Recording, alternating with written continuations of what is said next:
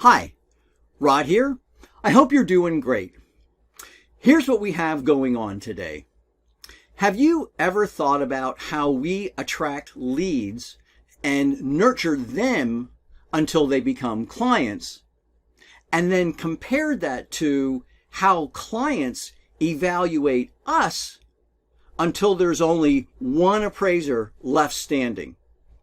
The processes are very similar, but the end results are very different.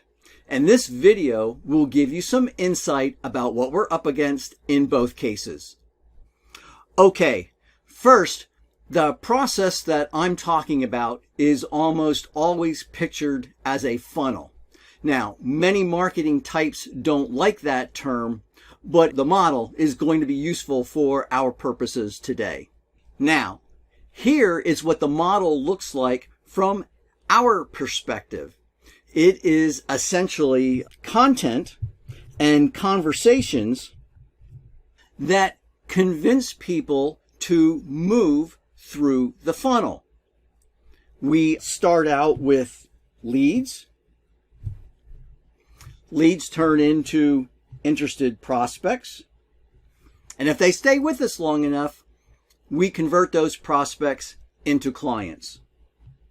Now, we can actually trace this journey as people move through the funnel. Let me show you how, or let me show you what we can call these different people. At the very top, we have lurkers. These are people who watch you from afar, perhaps on social media like LinkedIn. Next, those lurkers become curious. They actually follow you on social media, like LinkedIn. Next, those curious people become engaged. They interact with your content in the form of likes and shares. The next step is that they become connected, and perhaps they sign up for your blog or subscribe to your newsletter. And then the last step is, again, becoming a client or clients.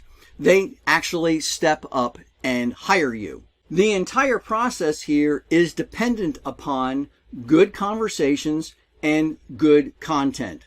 But as people move through the funnel, they self-select and opt out. Now, here is what the funnel looks like from the client's perspective. And notice I've changed this to a sideways funnel. And it is essentially hurdles and roadblocks that remove us from consideration about being selected by that client for that job. Clients are looking for one appraiser, the one who can make the best service promise, and the one who can reduce the most hiring risk. How would you do that? How would you provide the best service promise and reduce the hiring risk?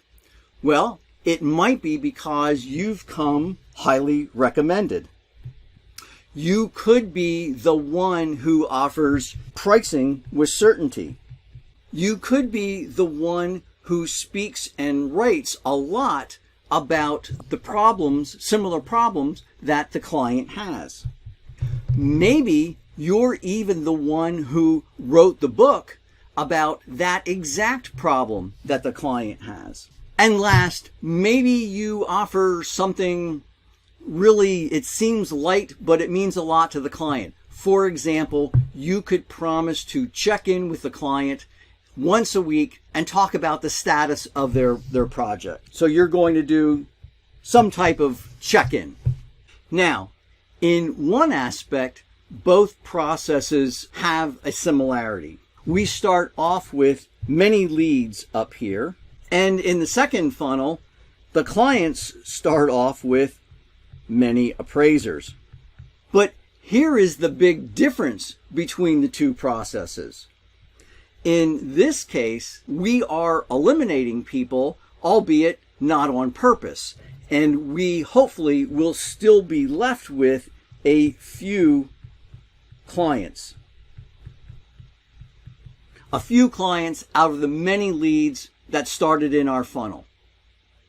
But in the second process, the end result here is that only one appraiser is selected. So while we were eliminating people by accident, really, clients are eliminating us on purpose. If you're wondering how to remove the hurdle and roadblock selectors that may apply to you, here is a list of attributes that buyers of professional services consider when they hire experts like us. This table, this figure here, came from Hinge Marketing's book, The Visible Expert.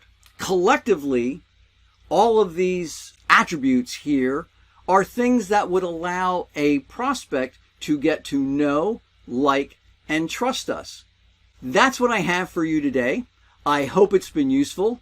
If you'd like more help turning the practice you have into the practice you want, message me with the word funnel and we'll start a conversation.